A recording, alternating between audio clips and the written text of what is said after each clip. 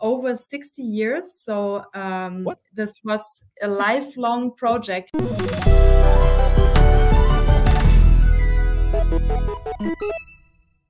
Hello, welcome back to Press Start, How to Become a Game Developers. My name is Ardisasmita, CEO of Asosiasi and Vice President of Indonesia Game Association, and I'm gonna be your host for today's episode.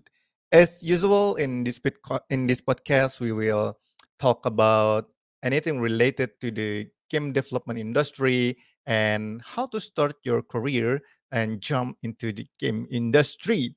We will invite experts and someone who've been in this industry for so long to tell us their journey, their experience, their knowledge. So maybe their story can inspire us. So we hope this podcast can help you to start jumping into the game industry. Right. So stay tuned because this is right now we are in the season 3 of Press Start and new episode is coming every Monday. So, and don't forget, this podcast is brought to you by Indonesia Game Association and Goethe-Institut Jakarta. Today, we have a very, very special guest from Germany.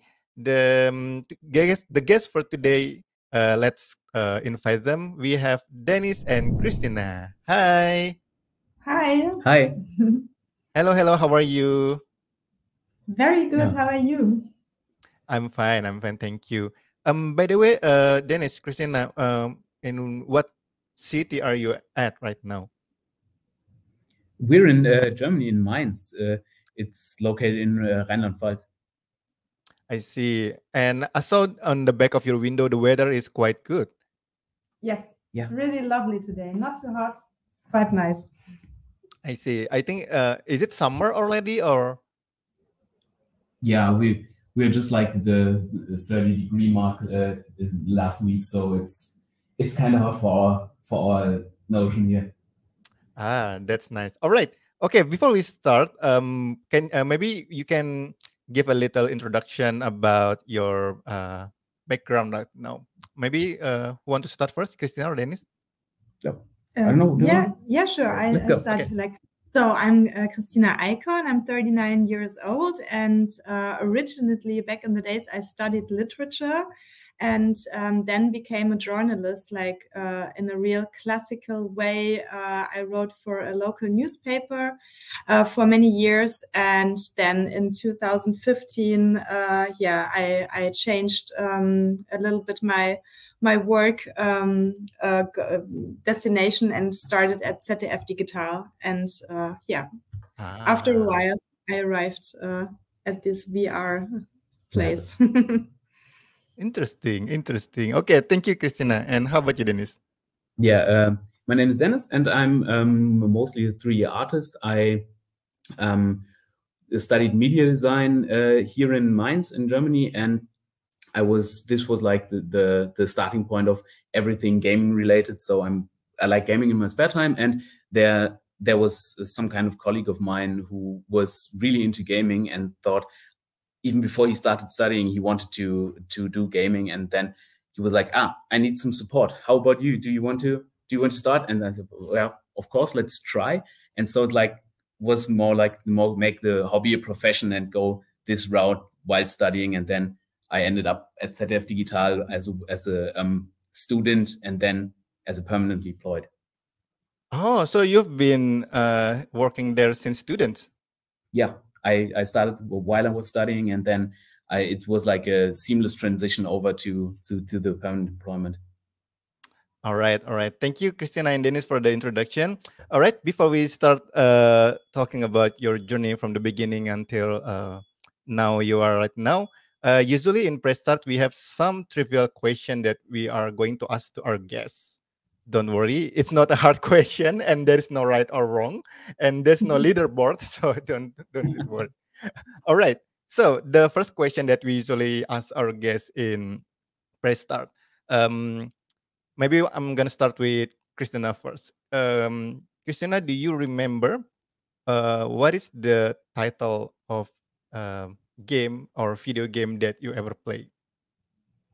I quite well remember it was Tetris on the Game Boy. Like I was so obsessed. I don't know exactly. I think I was 8 or 9 years old maybe, and I got that Game Boy and Tetris. And I was so obsessed with playing it that at one point I had to stop because when I closed my eyes, I was still playing. I don't know, is that common problem? But I definitely had that problem. And then afterwards, like the Super Mario Land, so the classic start. I see. Is it like your parents have like the Game Boy, or is it belong to your friends?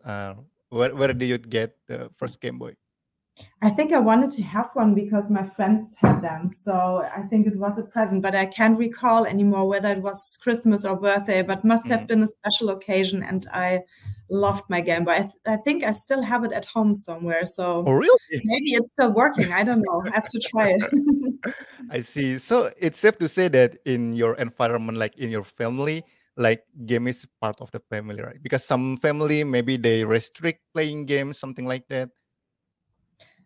I think back in the days, it was so new that parents wasn't even aware of that maybe you should restrict it, you know? So I was free to play as long as I wanted. And yeah, so I think the kids today struggle more with restrictions. But yes, we were the pioneers, so to say. So we could just play as long as we wanted. Well, that's really interesting. And how about you, Dennis? Do you remember the first game that you ever played?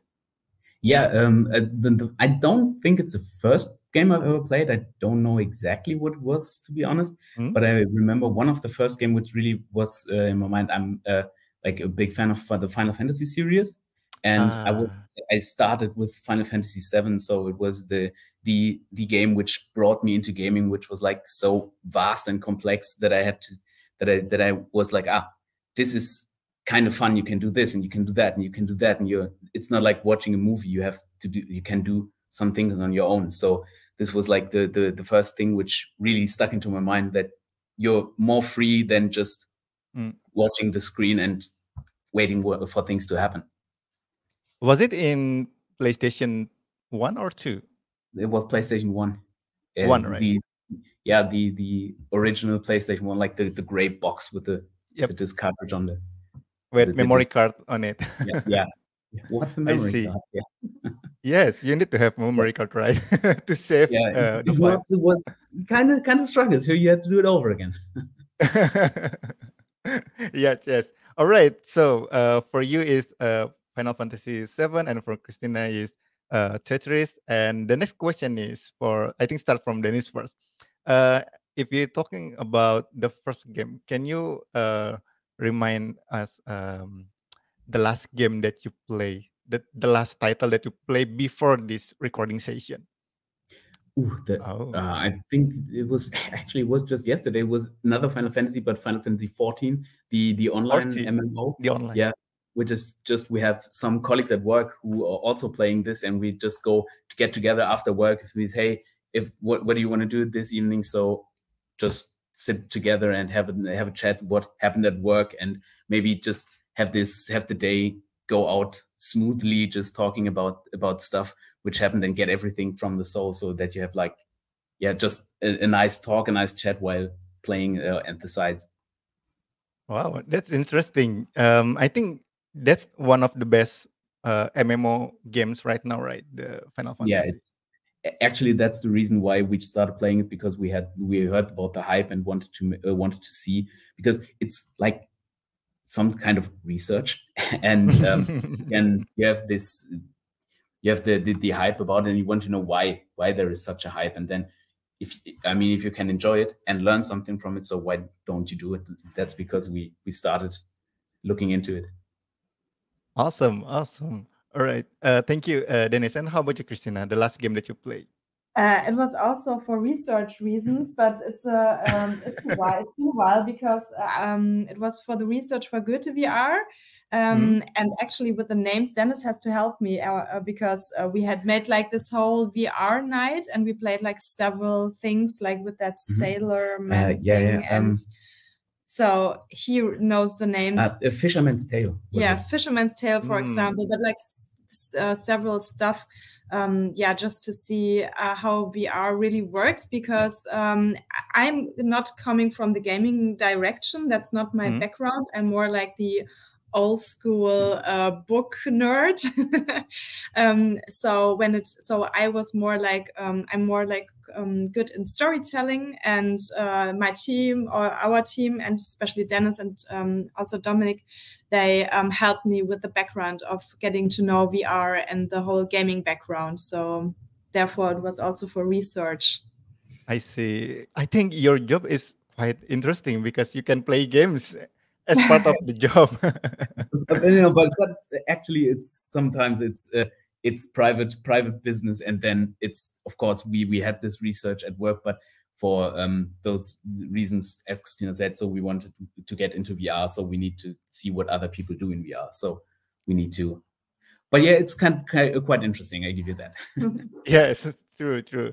And especially like in video games, usually story is one of the most important things, right? And that's where your skill set, like Christina mentioned, like you're in storytelling, is really important to be the part of the games, right? That's interesting. Okay, third question. We still have two more questions. Don't worry. The third question, I think, from Christina first.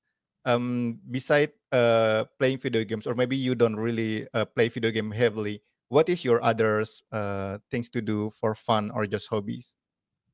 Yeah, it's really, I'm so sorry, it's so boring, because with me it's always literature. Like I read as much as I can, and also like I'm really interested in storytelling in general. So also like I think I can watch a movie or watch a series without permanently thinking about how to develop a character, how to build tension, how the dramaturgy works. Yeah, that was so much fun also with our project, that I could put everything in it, and the guys helped me with the gaming background. What kind of book or movies, or like yeah, usually books that you read that I think your favorite, the genre, or maybe the titles? It's mostly novels. So it's fictional novels, and it's mostly novels that are that show some sort of a reality of today. So I'm constantly looking for the truth in the books that somehow speaks to me, you know. So maybe it's also a bit therapeutic, like and this is what's really getting me. So a lot of common American novelists, for example, but it's modern literature mostly. Oh, that's really interesting. And do you have like top novel, like all time, that you really like? Yeah, there are several like all-time books. I think, for example, The Catcher in the Rye is some book that maybe people know, or I have to think about the English name. Yeah, I think about the English name, and I'm going to drop it later, but it's like a mixture of classical literature, or for example, Bonjour Tristesse. It's like from a French novelist. Those were mostly classics, I said now. So it's not only modern literature I'm just getting. So it's a mix. But yeah, Bonjour Tristesse, and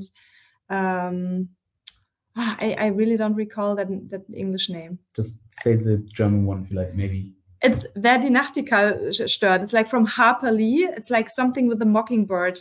I don't know the English name anymore, but it's also a classic. How to Kill a Mockingbird? No. Yes, thank you. That's right. Oh, all right. Thank you. Yes. So that's the English title. Yeah. So this is also one of my favorite. I read it every couple of years, and it spoke to me as a 12-year-old, also as a 20-year-old, and so on. So this is really a lifelong companion for a book, I would say. Wow, amazing. Thank you, Christina. And how about you, Dennis? Beside you're more in the gamer side, like beside playing video games, what do you do for fun? Yeah, actually, it's kind of related. I'm doing my job for fun, so I'm really into environment art, and there are some. I like doing those I found it on Facebook actually. There was something called spit paints, and it's just like you get some kind of topic, and then you take yourself in a self-imposed 30-minute timer, and then you're going to do something about that topic, like for example, I don't know, let's go for a thick jungle. So then you're going to get you have 30-minute time to either paint or model or in 3D, 2D, something. Oh. Just anything, and do something about that. And this is just for fun, and see how far you get in those 30 minutes. And so I'm like, from my hobby, if I'm not at work or gaming, I'm doing some like environment, like getting around Pinterest, looking for new inspirations and doing some stuff, some rendering or something to broaden the horizon. I see. Is that some kind of like competition where a lot of artists sit down together, and then someone give a topics, and in 30 minutes make something, or just a random topic? Actually, it's exactly that. It's not just it's a competition, but not with the leaderboard. It's just so you throw out that topic, and then everyone can show, here I made this, and I made that, and I made this this render or this picture in the end. And it's just to see how someone, for example, there was like one thing, there was the topic was about a meteorite shower, and someone painted a meteorite standing in the shower washing its meteor. So it's like, to see those things is really, really fun, to see what other people think about stuff, and then throw your own kind into the mix and see what other people think about that. I see. That's really interesting. And what is the strangest topic that you ever discovered? Like, besides meteor shower, it's kind of random, but I really hope I hadn't said that, because now I have to think. It was, I think it was like mushroom clouds, where mushroom clouds. Yeah, where just you think about spores, but there was someone who painted a cloud with a mushroom lying on top of it, and having like a drink in his hand on the cloudy beach, and having a mushroom on the cloud, and the clouds in like shaped with mushrooms. So it was it's kind of hard to describe, but it's there are a lot of strange topics in there, and of course there are some pretty nice artworks with this. So really high quality, but also the funny ones is who got some comedy into this. So it's kind of fun seeing that, and this is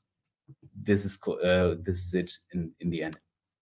Wow, that's really interesting. Maybe sometimes I need to try that. That sounds fun. Yeah, it is. I can tell you. All right. Thank you. Last question for the trivial question. I'm starting from Dennis. Do you remember as a child, what is your dream job? This is a good question. Actually, I don't think I really had a dream job. To be honest, I'm kind of a lazy guy, so I didn't think much about having a dream job. But actually, I can't really give you an honest answer to that. So it was just I thought let's see what the future brings, and then it was like I think what I'm doing right now, I really like it. So I think I'm as close to a dream job, if you want to say it, as I can get. So I see. Not a specific title or a specific job, but something that you enjoy doing and working, right? So I really painted a lot as a child. So I wanted to go in. I knew as a child that I wanted to go in a direction, something with artistry and something like in the design kind of way. But I think that's kind of it. So it was like in the middle of my career, I was more in the I don't know what it's called, financial business, and what the Kaufmann, a clerksman, I think it's called in English. I don't know really. I don't know quite where the like the guy who is constantly looking about are we on budget or are we not?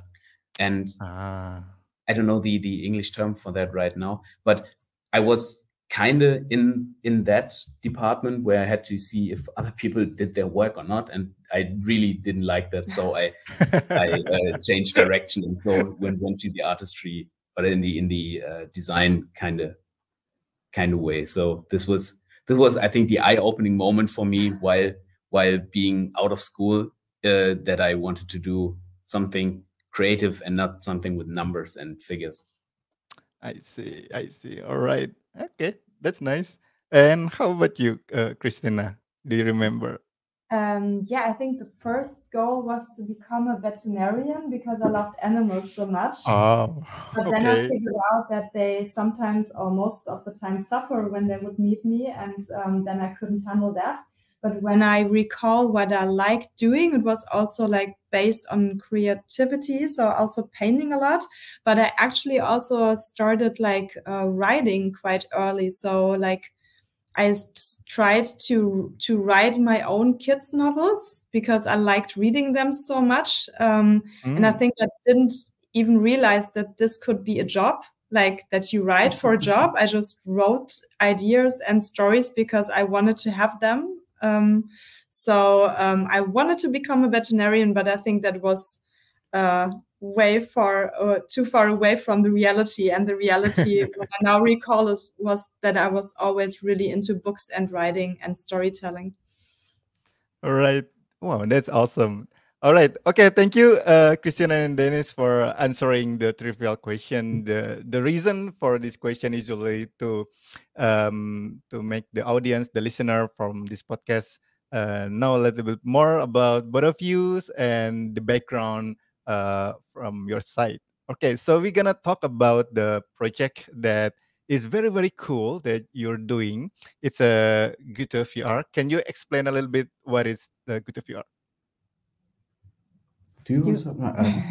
You Okay. can. Goethe VR, I think it's a project very dear to our heart because we have the novel itself is, as Christina can testify, quite long, both Faust 1 and Faust 1 and Faust 2. And Christina did a great job of putting both together in a like 20-minute interactive experience where you can just don the VR glasses, get in there and get most of the intention of Faust 1 and Faust 1 and 2, Faust 1 and 2 compressed into that short time frame, and to have like the younger audience who are not that fond of books get into the museum and see, oh, there is something new, I want to try that out, and get accustomed to the location there. And maybe then when they're coming out of the VR glasses, they're going to say, this wasn't half as bad, I'm going to look around for the other stuff, which I may have been not that interested in, but then get some kind of new experience within their visit of the museum or of a location. I see. Wow, that's interesting. Before we deep dive about the project more, maybe like most of the listener, especially in Indonesia, not too familiar with the book, the Faust 1 and 2. Can you just give a little bit summary, like what is this story about? And this is why I'm glad that Christina is here. And this is a really good question, because to summarize Faust, that's really heavy. Like Goethe wrote on this book over 60 years. So this was a lifelong project. He started as a young man and he finished it like just right before he passed away. So in this book, you really, people say you really find the whole life, you know? So you have a plot, that's true. You have like the characters Faust, which is an old professor, and you have Mephisto, that is the devil, and Faust is getting older and tired of life, and he wants to find the perfect moment, and the devil Mephisto seduces him to sign a contract, so that the devil shows him like the good moments, and if he finds that perfect moment, the contract is solved, but then he could also like lose his soul at one point. That is the contract. And this is maybe like the plot. but this is like just the surface of the whole story. And in the story, you find so many things and thoughts about main existential questions. And that's what makes it such a important classic in German or European or worldwide literature, because it also survived so many centuries, because there's so many truth in it. So I think I'll stop there. I could keep on talking for hours, but just to maybe give a little bit of an idea of what this book is about. Yes, yes, yes. Yeah. Before this session, I try to find a summary too about the story, and it's quite interesting. Is it the book is popular like in mainstream in Germany, like people in school reading this book, children reading this book, or this is something like the younger generation hasn't read anymore? Yeah. I think we can say for all the younger people that we need to read it in school. So we need to have read it once.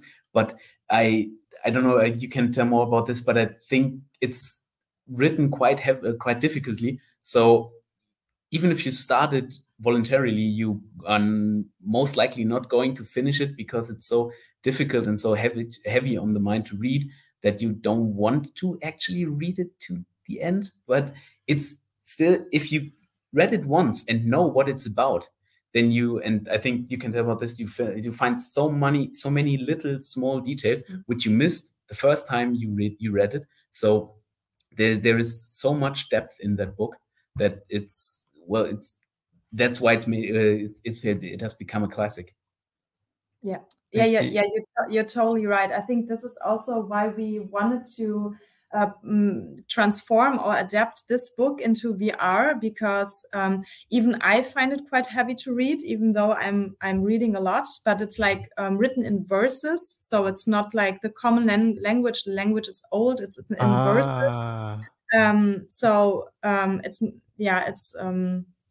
Therefore, like, as you said, most people feel forced to read it in school. And we thought as a team that it's such a shame, because like the story behind it and the dramaturgy and everything that's in it, it's so strong that we wanted to bring it to wider public. And VR is what we think just such a strong medium to transport stories because of the immersion. Like, I think the first medium with such a huge immersion was like books on paper, like, you know, and they still are.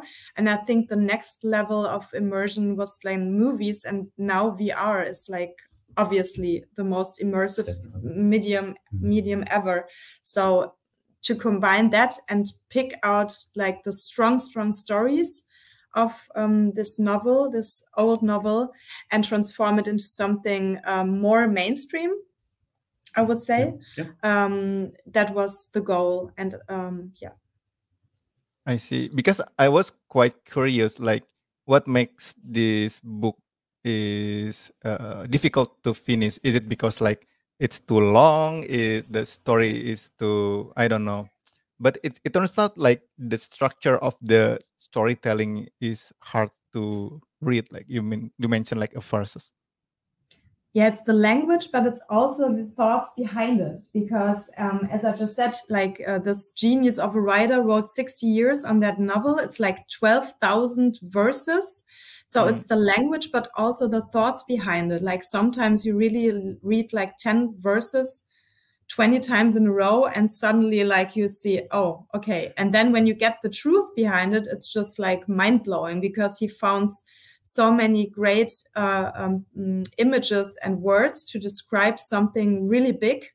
But it's hard work to find the pleasure behind the book, I really have to admit. But it's such a shame. And I think that's why we wanted to make it more relatable to more people, and somehow also give credit like to those amazing storytellers who I hope not become forgotten, but they have like this dusty image, like this, it's boring, it's hard. But at the end, they are just like amazing storytellers. We actually started this project called Story Room, I believe it was called. and it was not Goethe-centric, but it was like put literature into VR. And this whole thought of making those, as Christina said, those dusty old books into something new, so that younger audience would also start to enjoy it. And this was where then Goethe come, where we researched about which book we could use, and Goethe was that, which I think you have quite a long journey in the beginning until you found something like Goethe you could use to actually compress and make this story about, so that we could do our experience with it. I see. I think like there's a lot of good book and literature out there, right? And is it like the hardest or the most difficult book to read? That's why you pick this book as the chosen one to translate into VR, or there's another reason why you choose Faust as the project? That's a really good question, because when we started working on the concept of this whole literature and VR idea, which was back in the days not really common, there were not really experiences. We only found actually one that was really story based, that is Wolves in the Walls, but nobody did that before, like to take the strong stories of literature and put it in VR. And the concept at the beginning was really the idea, like to make it simply said, like the more difficult the higher the barrier to read the book, the better to put it in VR, so to say, because it's also because it's interesting to do that. And the achievement is quite big at the end if you achieve to translate that difficult text into VR, but also because mostly those books have like such great ideas behind them. First of all, the first book I thought about was Ulysses by James Joyce, which is I think most of the readers all say that this is really the worldwide most difficult book to read. So when I worked on that idea, combining literature and VR, that was actually the main idea to have. But then Faust 1 and 2 is not that far away from that. So I see. Wow, that's really interesting. Some heavy. Yes, I wanted to torture you as a team. You and me. All right. Okay. So you already decided this is the book that we want to translate into VR, into the modern medium. And after that, what's the process? Did you gather your team and make them read the book and discuss the book, or I don't know. What's the process at the beginning? We actually were quite fortunate, because almost all of us read the book like in our childhood, because in Germany it's quite common to have read it then in school. So we just needed a bit of a refresher from Christina, that we knew what it was all about, and also those deeper interpretations to know what we're looking for, because we don't want to actually, or they didn't want to actually put all the story into like a chronological order and just go from one station to another, because this would actually be far too long and wouldn't be what we wanted to do, because we wanted to get, as Christina said, the underlying messages which were are hidden in the book. We wanted to get the intention over to the people, not just do a recount of what happened in the book. And this was I think the starting point where we thought that this could work, and what Christina condensed together in this story was actually where we all said, okay, when we read it the first time, we all said, this can work, because we were from we on our part, in opposite to Christina, we needed to see if can we do this? Can we really put this story into VR, or do we need some adjustments? And this was the first time where we started discussing, one of the many discussions we had, like, can we adjust that? Can we do this instead of that, so that the user is more freely in what he wants to do? And is it really possible to do this in VR, or do we have some other restriction where we need to put our focus on, so that it really actually works in the end? And this was the moment, I think, where all of this started, where we had many calls, where we just adjusted everything we needed to. I see. Is it gonna be like the summary of the book, like from the chapter 1 until the end of the book 2, or just some scenes from the book that you want to have people to experience it? As Dennis also said, like it wouldn't be possible to summarize like the whole, because 12,000 verses, I think we would have made an experience that would be like 24 hours long. I think they really had like a theater piece and they played the whole thing from the first verse to the last, and I really think it was 12 hours.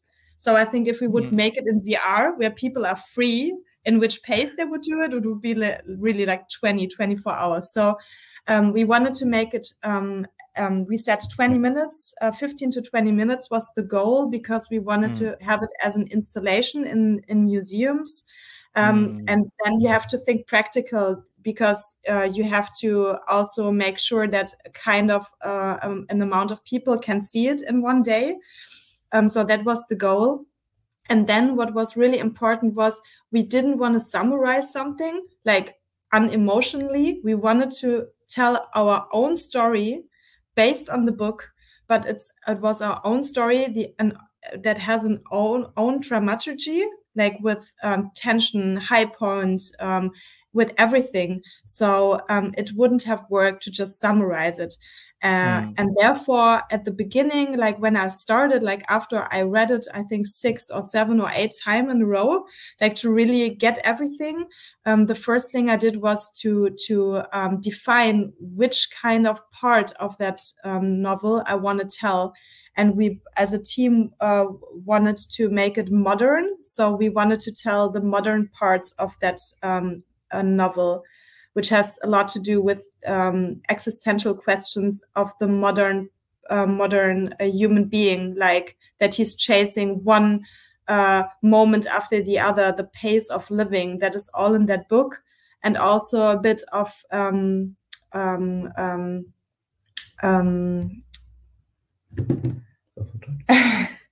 like critique on capitalism. That is also actually really in the book, and we thought those two topics combined could relate to our users that would experience our VR experience. And based on that, I wrote like this storyline. And yeah, and then a lot of discussion. But what I think what needs to be said to this is that what I really like what you did, you took the verses and did not change the verses quite that heavily. Just so they are the original voice lines from the book, recorded artificially audio. I don't know, recorded for like Mephisto and Faust to say. And just you wrote some lines, I think, just to get like the glue to put it together. That there are those verses you pick from every part of the book to get this 20-minute experience. And this is what I really like about this, that it's true to the original. Yeah, you're right. That was also fun to do, but also difficult, because we wanted to have the super modern, exciting new medium VR, but we wanted to really transport not only the message, but also like the beauty of that language. Because when you try to read it, you think, it's hard to read. But when you really have the chance to really listen to it, like to the sound of these verses, and the language is so beautiful. So that's why we wanted to capture as much of it as we could. And I think it's now at the end, I think around 70% are like original quotes from the book, and only 30% that I had to write, as you said, to just make the scenes work and like our storyline work as a whole. I see. Wow, that's quite interesting.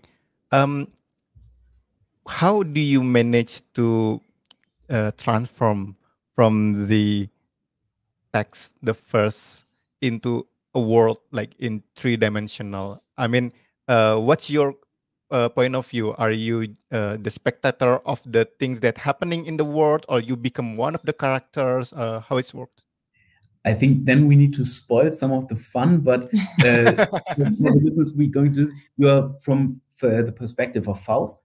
So you yourself are the one standing there and getting to sign the contract and getting to experience every kind of mischievous deed Mephisto is going to do. He's going to propose some, underhanded themes he wants you to experience and want to make this, as Christina said, this perfect moment come true. And so you need to linearly follow Mephisto, what he does, because as Christina said, we have our own story, but it's still the story of Faust 1 and 2. So there is not much freedom of decision for the user, but it's more like a linear experience. But you need this to translate the intention, because you cannot change what's written in the book, or we didn't want to change what's written in the book. So we had this going for us, that we thought to be Faust and not to be a third person omni-perspective spectator would be more immersive, to be the one you are actually talked to by a three-dimensional rendering of Mephisto coming towards you and say, do you want to sign this? Yes, you want to sign this, and stuff like that, so you feel actually talked to. I see. Wow, that's quite interesting. Is so the product itself, the Goethe VR, is it only available as installation, or everybody can download it and play it?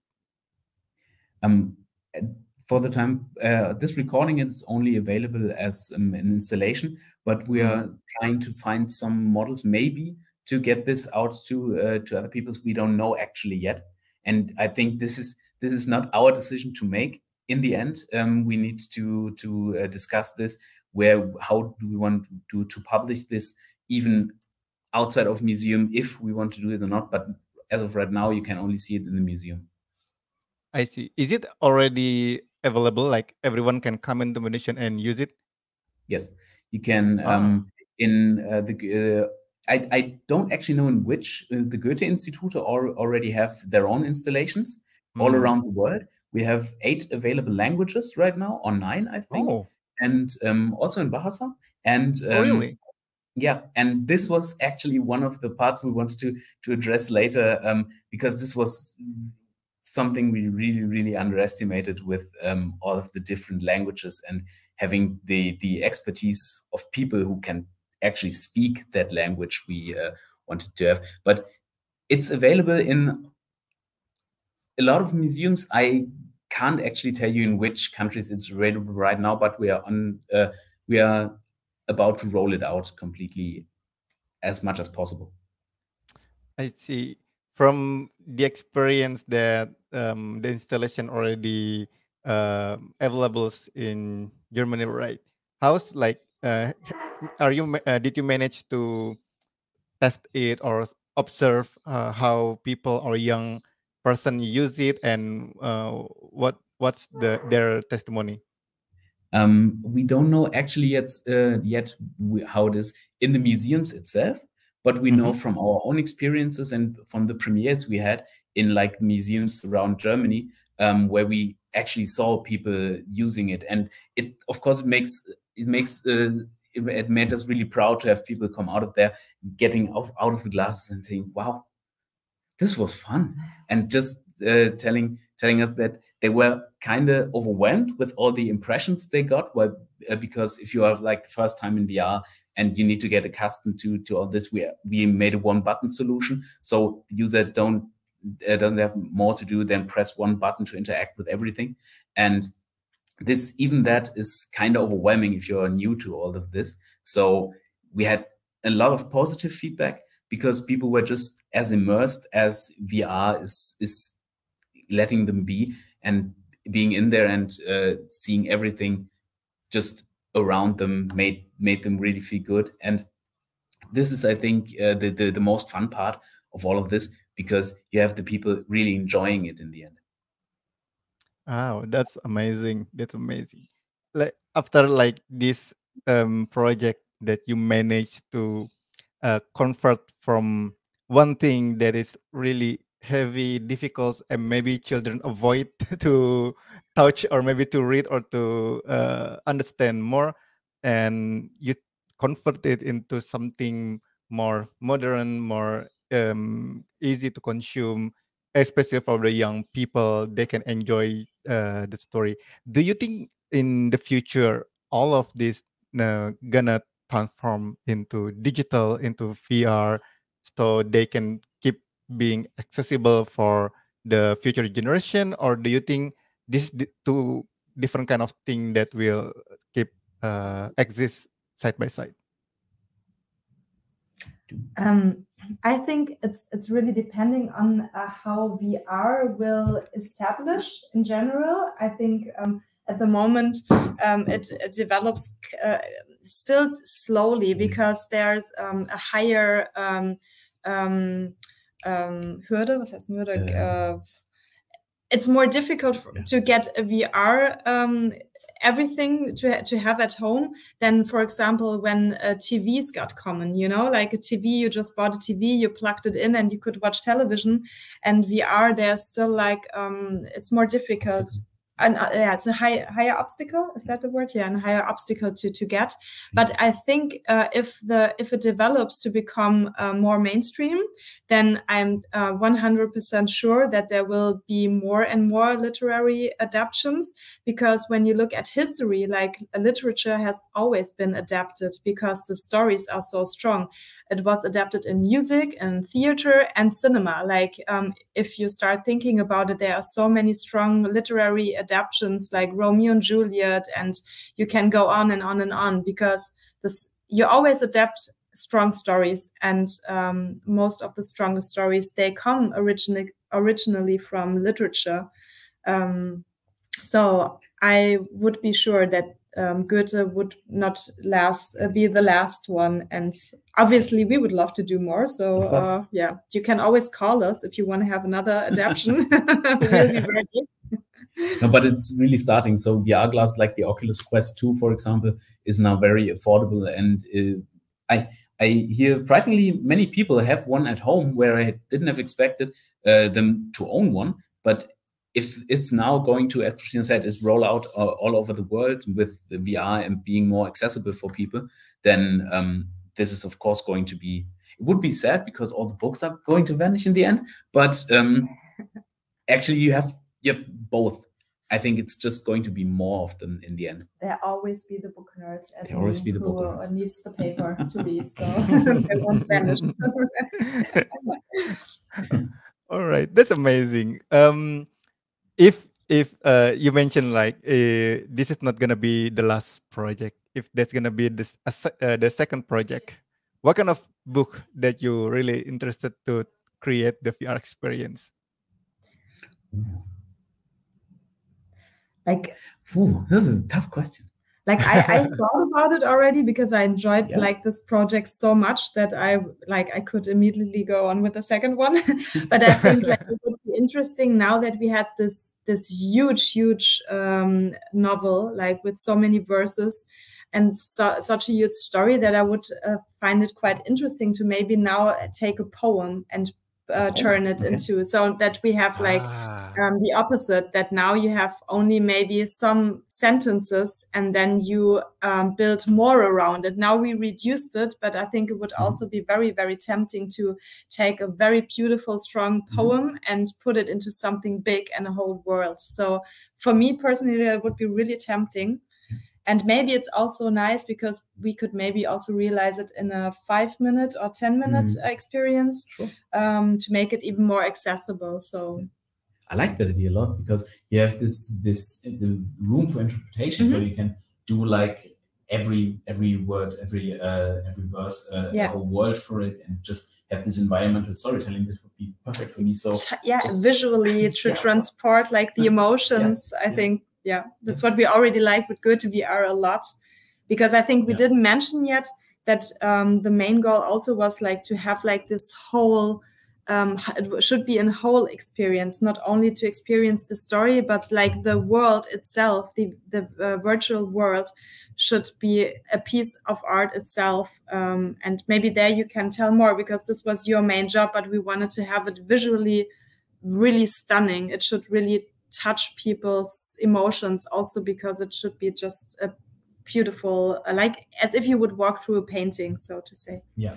We had all of this of Goethe VR taking place in the desert, and we chose the desert because you have this wide environment and have this. You in this museum have a 3 meters space, but you put on the glasses and then you have this huge desert stretching out in front of you, and you get the people first time in there think about, wow, you have this really whole world inside of this small glass. And then you can go from there, and then the environment's going to change. We still stay in this desert environment, but have like more living environments in the end coming as we go further in the story. I see. Oh, that's quite interesting. Translating from a world based on text, especially hard to read text, right? You mentioned into some work that you create on your imagination. I think your hobbies quite play a role here, Dennis. Yeah. From random themes, you can create anything. It will.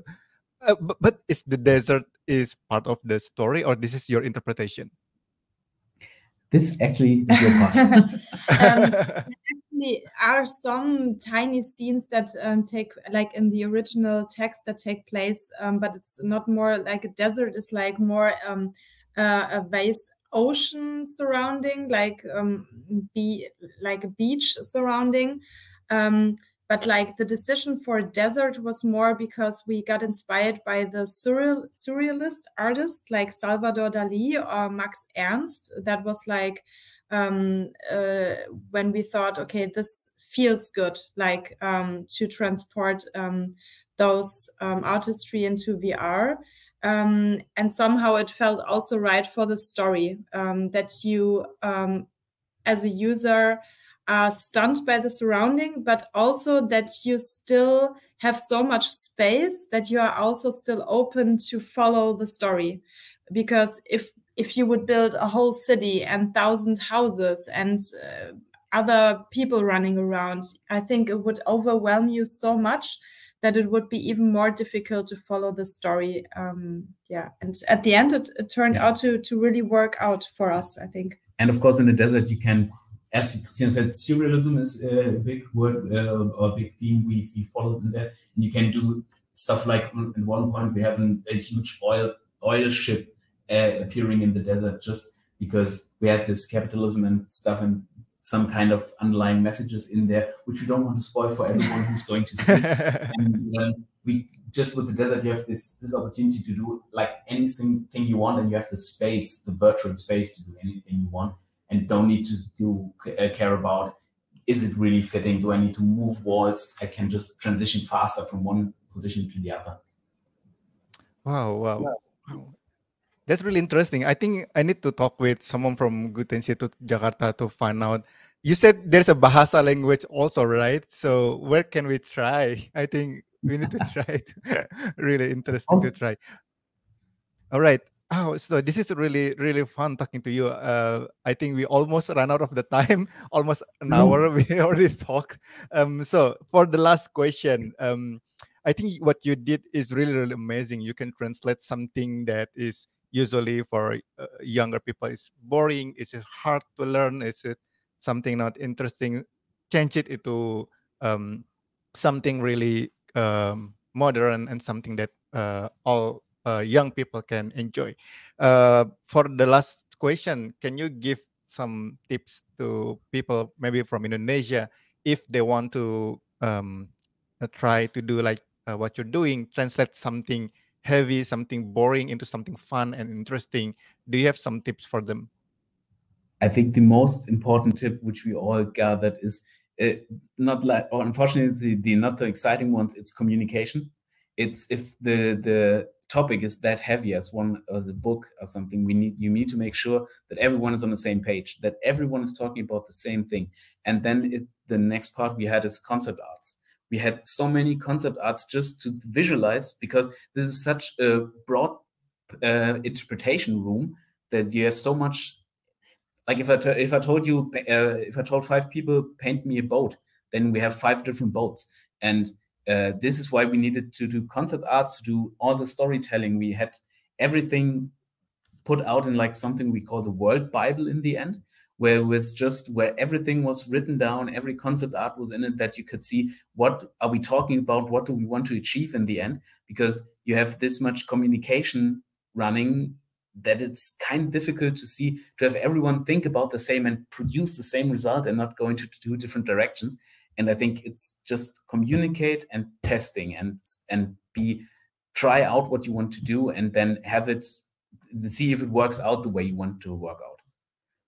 Yes, I would 100% agree on that. And I think also when you start, then really do it with passion. I think what we really achieved, and I'm so grateful for that experience, that as a team, like we had such an amazing team. Like I love just working on that project. It felt like it just didn't feel like work, because we were driven by so much passion for this subject and the project.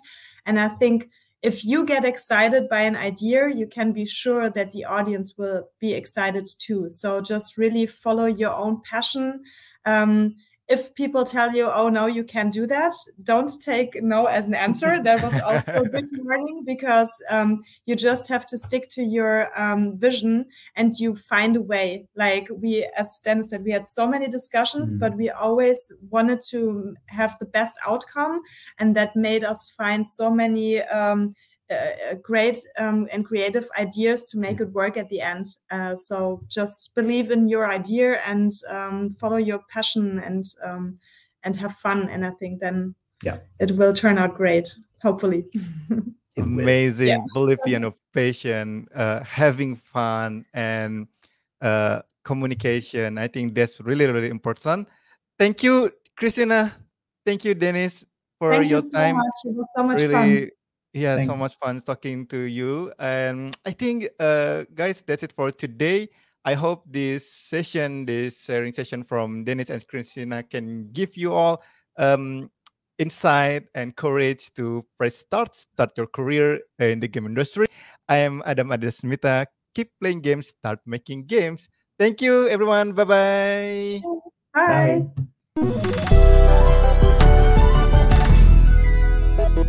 Bye.